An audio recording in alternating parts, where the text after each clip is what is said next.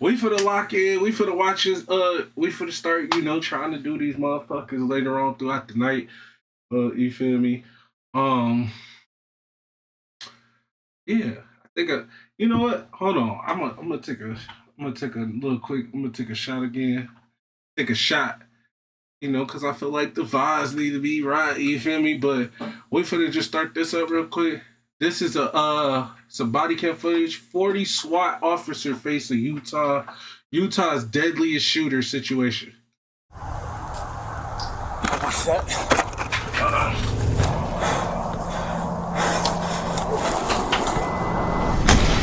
This sniper just took a shot at an armed fugitive holding a family of 5 hostage in their home. My family's being held hostage. The gunman, Joseph Anthony, is a man with a purpose. He has a vendetta, and he's going on a rampage, planning to kill his ex-girlfriend and multiple other people who wronged him in the past. Police don't know how far he's gotten on his list of targets, and if they don't capture him here, this family could be next. Running across the freeway! Let me see your hands! All units, I'm gonna set containment. We're gonna wait for the helicopter. All units, hold your position. Dial fuck in, right? It's a showtime. Yep. Okay? Shot out, go, go, go. One more. Police! Police! Police!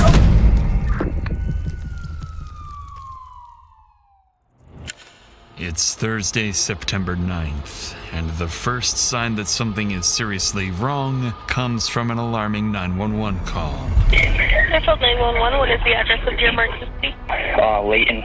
So my brother, he's on the loose right now, and he threatened to kill his girlfriend a couple days ago. He just showed up at my house. What's your brother's name? Joseph Manhart. He has a firearm on him, and he is armed. Where is he? He's outside my front door right now. I need the cops here ASAP. I've got units on their way, okay? Okay, you gotta hurry. Okay. You gotta hurry, though. I'm dead serious. Just 24 hours earlier, Joseph Manhart kidnapped his ex-girlfriend, assaulted her, and threatened to kill her. After managing to escape, she called police, triggering an arrest warrant for Joseph's immediate capture. Since then, Joseph vanished, and police had no indication of where he might strike next, until now. With an active warrant and a report that Joseph is armed and dangerous, officers are dispatched immediately, advancing towards the house, fully prepared for a shootout. I've just talked to the homeowner. He said that if he didn't drive, the only place he could have went is hopped the fence and is barricaded in that shed that Swenson's got a view on. So he said the best way to go through is us just knock on the door. He'll let us in. We'll go through the house and clear the shed. We're ready. All right, I got it.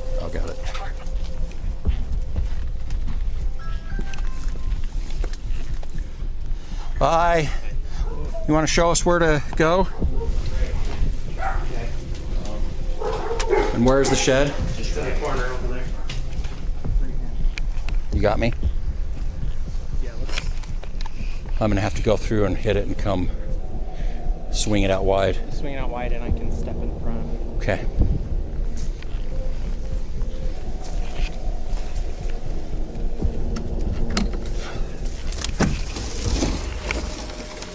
Police, anyone in there? Police, if anyone's in there, show me your hands. Come out. Yes, come in the box. Okay, step in. Okay. Left, go to the right. I'm gonna swing that way. Okay, ready to go. Show me your hands. Anyone in here? Right over here. Okay, Claire. All right. You didn't make it in here. Probably drove by one of us.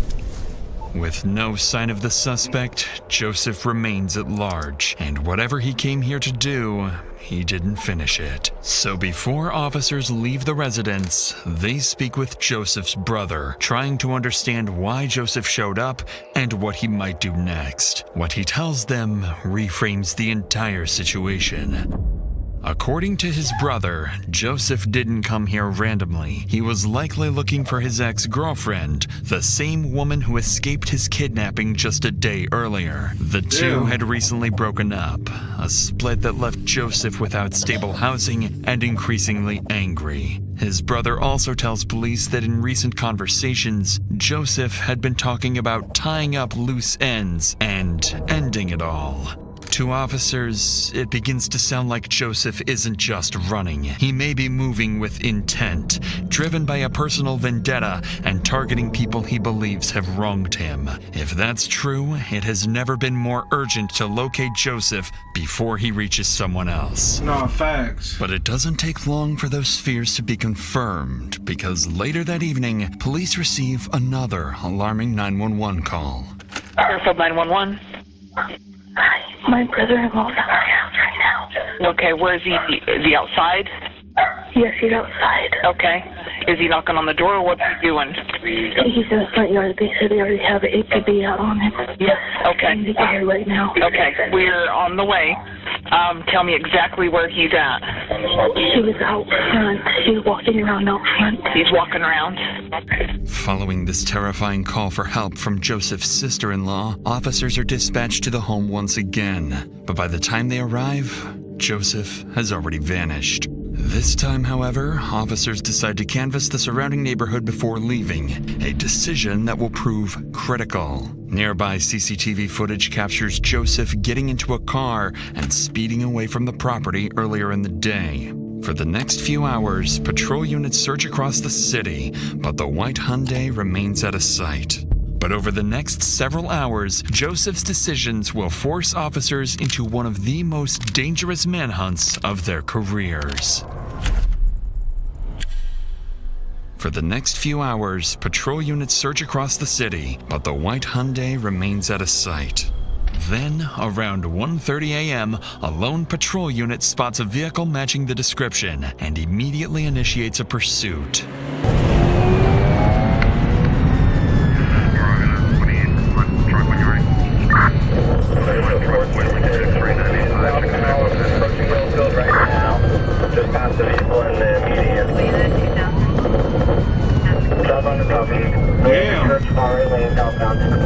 Just as the officer begins to close the distance, he suddenly loses sight of the car Joseph is believed to be driving. But just minutes later, as patrol units continue canvassing the area, one officer spots Joseph's car parked on nearby train tracks. With no way of knowing whether Joseph is still inside or hiding close by, the officer cautiously approaches the vehicle.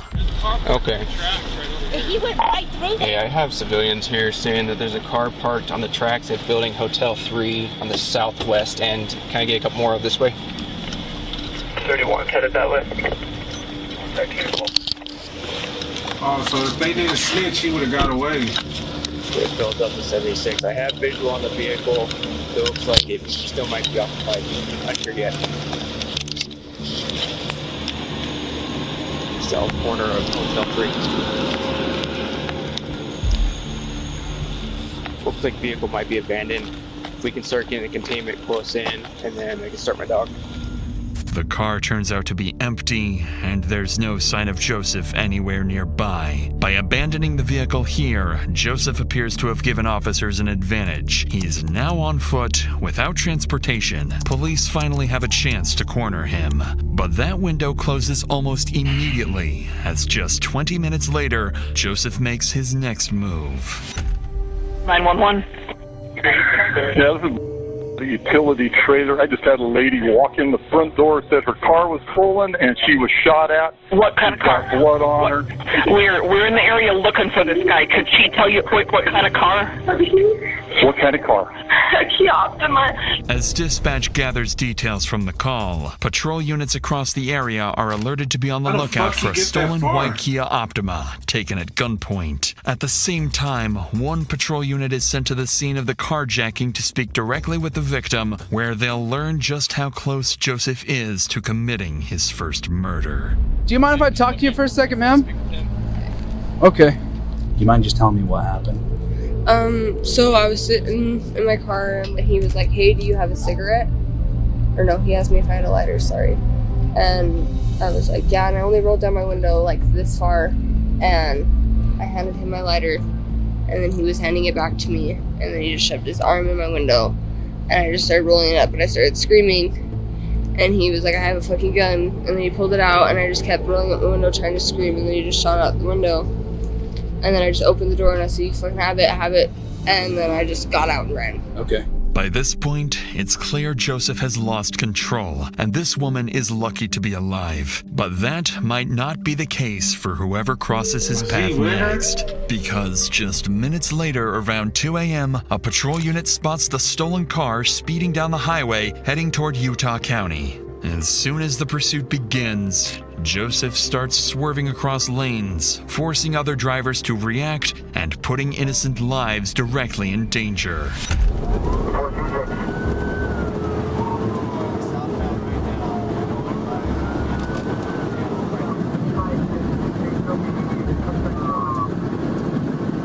With Joseph refusing to slow down, it's only a matter of time before someone gets hurt. So to bring the pursuit to an end, an officer approaching from the opposite side of the highway pulls over and prepares to deploy spike strips. At highway speeds, there's no margin for error. The spikes have to go down seconds before Joseph reaches them. Too early, and he'll see them in time to swerve around and put innocent lives at even greater risk.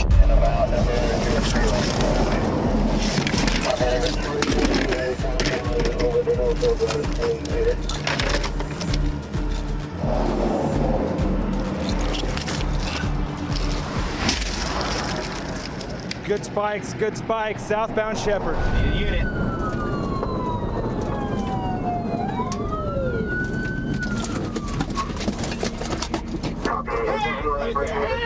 He's running across the freeway. He's in the northbound lane. Red jacket. Let me see your hands. He's hopping the fence. He's over the fence now. We need units to frontage. He's on frontage now. Going to housing complex over here.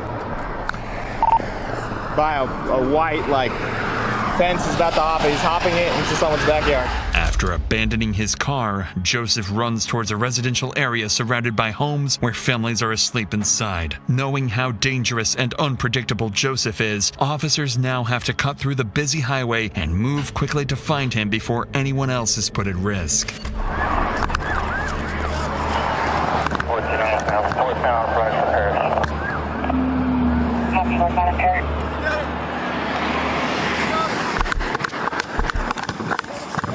No, he's behind that picket fence right there, whatever address that is. I don't know what the hell that is, but he's behind that.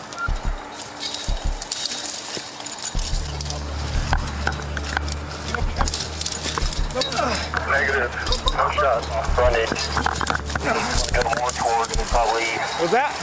Just going 20-25 north. Okay. If they come out that way. Over this vinyl right here. That's where he went, in this dude's backyard. I copy, Star 9 will be headed our direction shortly. Where are you? He hopped this one right here. All units, I'm going to set containment. We're going to wait for the helicopter. All units, hold your positions. Don't go walking around. With Joseph disappearing into a residential area, the situation becomes far more unpredictable. By now, more than 30 officers are flooding the scene, and without coordination, every decision risks putting innocent families in danger. This is when Sergeant Sheldon arrives and takes control. If he stopped, he's getting cut. Stand by, I'm setting containment, all right? Sorry, bro. I don't have all the information because we switched this last minute, okay? So, what do you guys got? So, he already shot someone in the Freeport Center. Okay. It's probably going to take like half an hour for that bird to go. He hopped over that fence right there. Which fence? That one? Right Okay. After a quick brief, Sergeant Sheldon forms a plan to flush out Joseph. First, a helicopter is called in to scan the neighborhood from above. Second, a tactical operations center is established near Joseph's last known location to coordinate every unit in real time. And third, officers set up a wide containment zone, covering more than a square mile, with units positioned throughout the neighborhood to cut off any possible escape routes. But just as the plan goes into motion, officers are abruptly interrupted by a sharp sound in the distance. Not sure exactly where Rick came from. Command at 1700 South 100 West. Right where Preston's at, that's where the shots came from. It was one single shot. Preston, are you okay? Hold your position. I'm sending a unit around to you. Go to. We're gonna get, if we can get someone over here to the north of 2025 north frontage to hold containment. Yep. And to get some. I'll set containment. You guys come up with a plan to systematically search this. Okay? The gunshot confirms one thing immediately. Joseph is still in the area. But what officers don't realize yet is that the shot wasn't random. It was Joseph forcing his way into a nearby home. And in the next few hours, the situation will escalate in ways officers aren't prepared for. But before we get to that, sometimes the scariest horror stories happen in your own head. Oh, that's NOC. Helicopter finally arrives and begins a full aerial sweep of the neighborhood.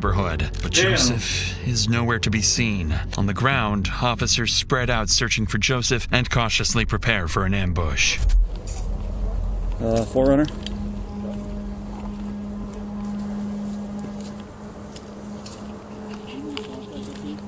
Gotcha. Contact the homeowners already?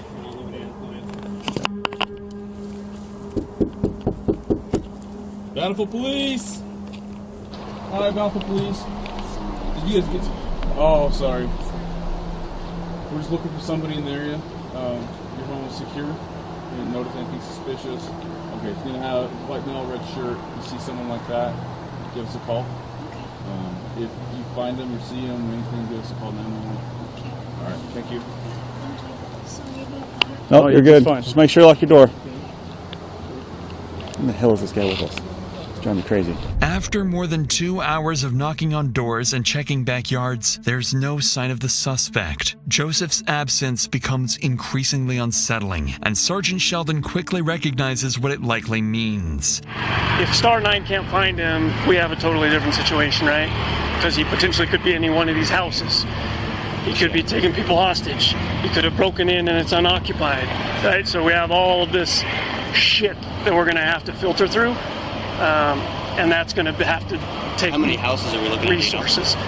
I would estimate 8 on this side, 6 to 10 on this side.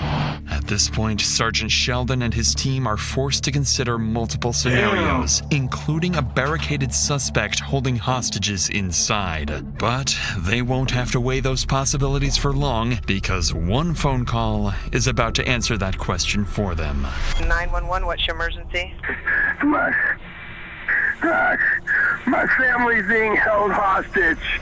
Immediately after this, officers spread out and quickly locate the caller nearby, Chris Samuelson, a father who managed to escape the house just moments earlier. What he tells them is chilling. Inside the home, his wife, 2 daughters, and his daughter's boyfriend are still being held at gunpoint, and Joseph is inside with them. With this new escalation, Sergeant Sheldon knows this is now beyond the scope of a standard response and prepares to bring in specialized tactical support. All units, priority traffic. All units, priority traffic. We have information from a citizen leaving a house. Oh, jeez. Let's move. All Bountiful SWAT return to talk. All Bountiful SWAT return to talk. Victim's wife, daughter, and daughter's boyfriend are all on the couch. Suspect was sitting in a chair just behind the couch. Daughter, he has another daughter that is sleeping downstairs that should be waking up in the next couple of minutes. Suspect gained access to the house through an unlocked window in the basement. After SWAT teams arrive and are quickly briefed on the situation, they begin coordinating their next steps, preparing to establish containment and open negotiations with Joseph. But before a plan can fully take shape, someone is spotted exiting the back door of the Samuelson home. He should be. So they're FaceTime. Is it female on that one side? Miraculously, the daughter who'd been sleeping in the basement somehow managed to slip outside without Joseph ever noticing. And without realizing it, Joseph's hostage count is now down to 3. With that update, commanding officers begin reassessing the situation in real time. They review everything Joseph has done over the past 36 hours and determine that he has shown a complete disregard for human life and willingness to escalate when under pressure. Based on that assessment, commanders make a critical decision. SWAT teams are authorized to use deadly force if a clear opportunity presents itself. From this point forward, the priority is clear. Protect the hostages at any cost. Fuck in, right? It's a showtime. Yep. Okay? Dial in, make sure we're scoring. They're ready to kill that nigga. Well. Now, let's do a press check. Bro about to die.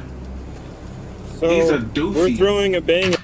He went through all this happened because he was tender because his girl left him and didn't want to be with him no more.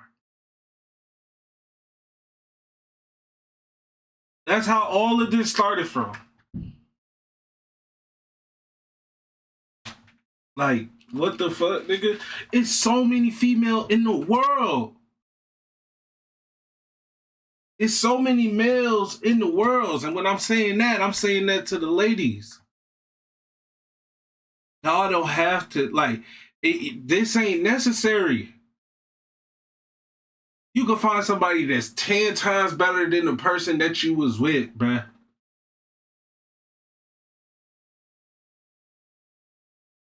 Like, bro, it is not that serious to throw your life. Ain't nobody... It is not that serious to throw your life away over another motherfucker that don't want to be with you. I don't want to fucking be crying for somebody that don't want to, or doing all of this for a motherfucker that don't give a fuck about me. Like, you tender as hell. Fuck is you? Nobody's gonna ever love me. Oh, I'm gonna kill everybody. Everybody's gonna die. Like, nigga, get your little stupid as soon as the door gets open. Okay. Suspect. I don't know where we're going yet. Don't be Viper now. Oh, we're doing any teams left. Everybody see this? Right? Facing east. Garage is on the right. That's where the man door is going to be. That's going to be our secondary. Okay? Front door opens in. This is the living room we got set up. This is the kitchen area. Okay? Everybody good with that? Wrong side on that. Yep, the wrong side of that. All right. All right, Phil Preach, we're going to practice to the right. Is it behind the stairs? Wait, if daughter snuck out window, that means the bottom window is open, right? This is the fastest way to get in there. It's the fastest way. We have a flashbang. We're going to reset his Zulu loop and come in. Let's keep practicing. Wherever he's at in this room, you guys are going to fucking kill him. 2 bangs. 2 bangs? You want to do 2 bangs? No, 1 bang. Just one? Just 1 bang. With deadly force authorized, a coordinated plan is put into motion, one designed to end the threat and extract the hostages safely. A sniper will be positioned nearby, ready to take Joseph out if he's exposed and a clear shot presents itself. At the same time, negotiators will make contact with Joseph, work to slow him down, gain compliance, and convince him to release the hostages and surrender peacefully. If that fails, they have one secondary objective: get Joseph to step outside. Because if he does, even briefly, it could create the opening the sniper needs. With 3 innocent lives at risk, there's no room for error. One wrong move, and everything ends tragically.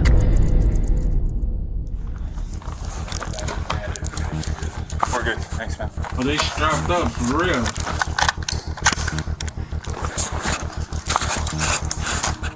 The officer assigned as the sniper is Jared Tadahara, a long-serving police officer who moved from patrol and street crime work into a specialized SWAT sniper role. After arriving on scene, Tadahara conducts a quick tactical assessment and moves into a nearby house facing the Samuelson home. From here, he has a clear view of the backside of the house, a position that allows observation without being easily visible to the suspect and provides a safe distance to avoid interfering with perimeter officers. But Tadahara isn't working alone. Every sniper has a spotter, a second officer responsible for range calculations, wind assessments, and most critically, confirming that the shot is clear before Tadahara pulls the trigger.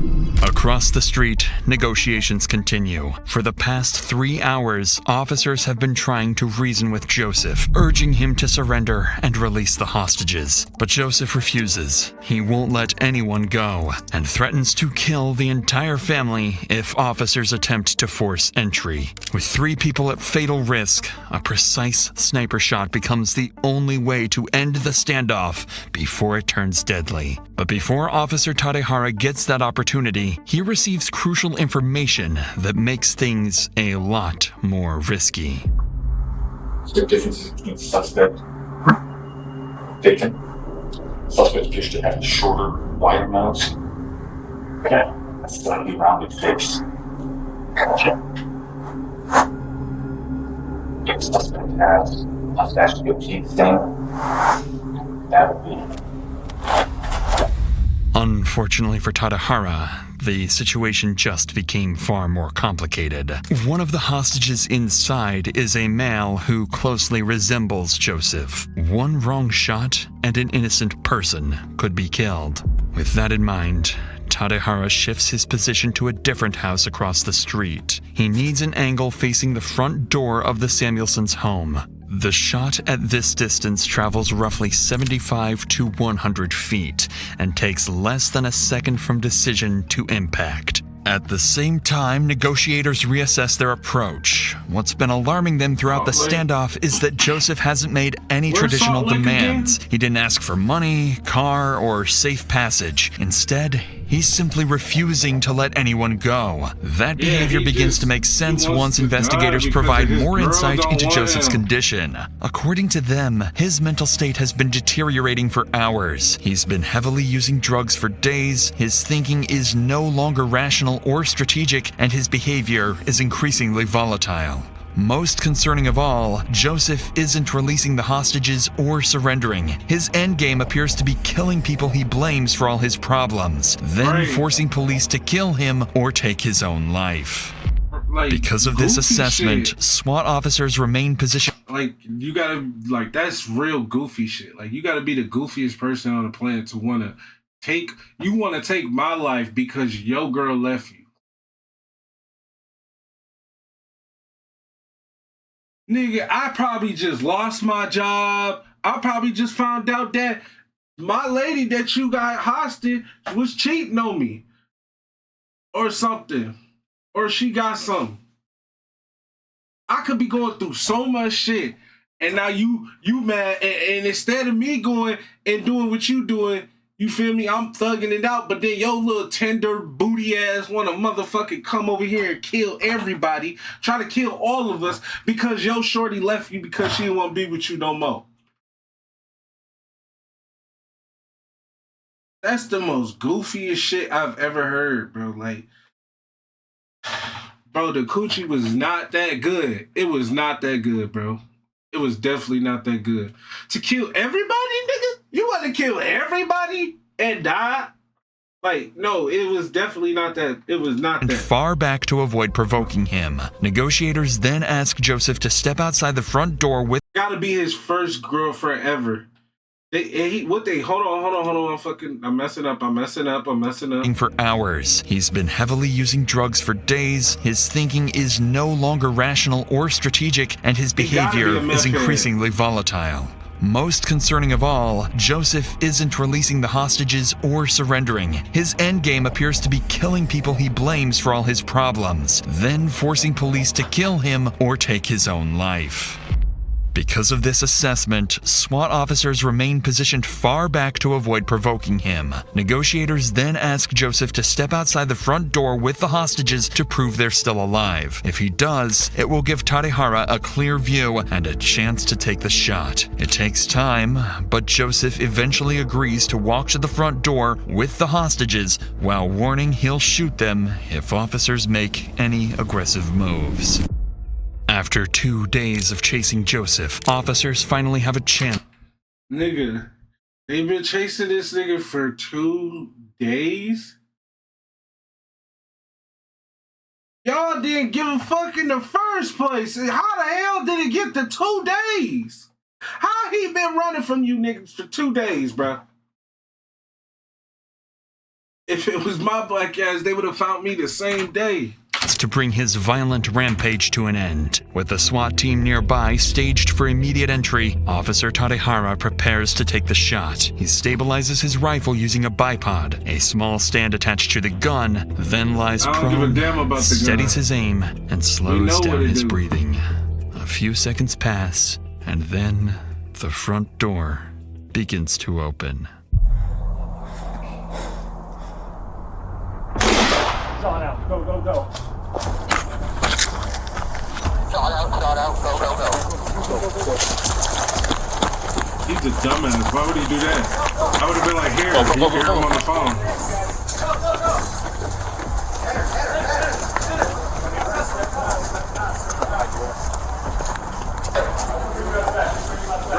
Right. Ice is What else you need? I think we're good right now. Okay. Unless they start calling for bodies. He's a dumbass. This door. One more.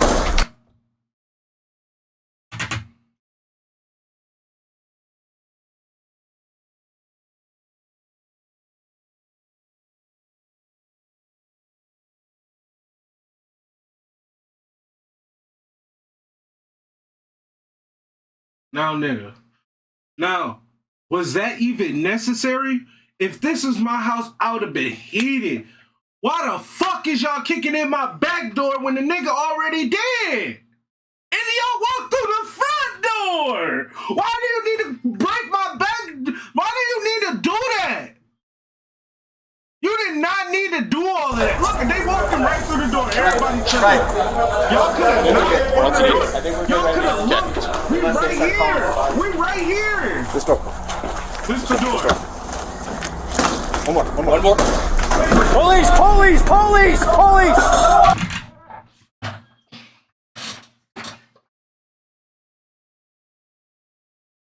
They didn't get to do nothing at all. So this was their excitement. This is something that they wanted to do.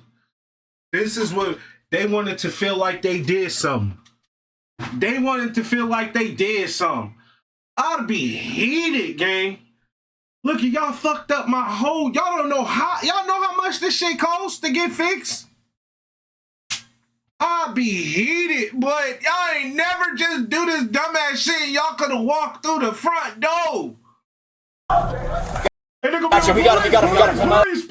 Police! We gotta come out the back door. Come on, like you really doing something. You ain't doing shit. He already dead. It just made me mad because, nigga, why would y'all? I mean, I don't know. Maybe a piece of his skull hit me or something. I don't know.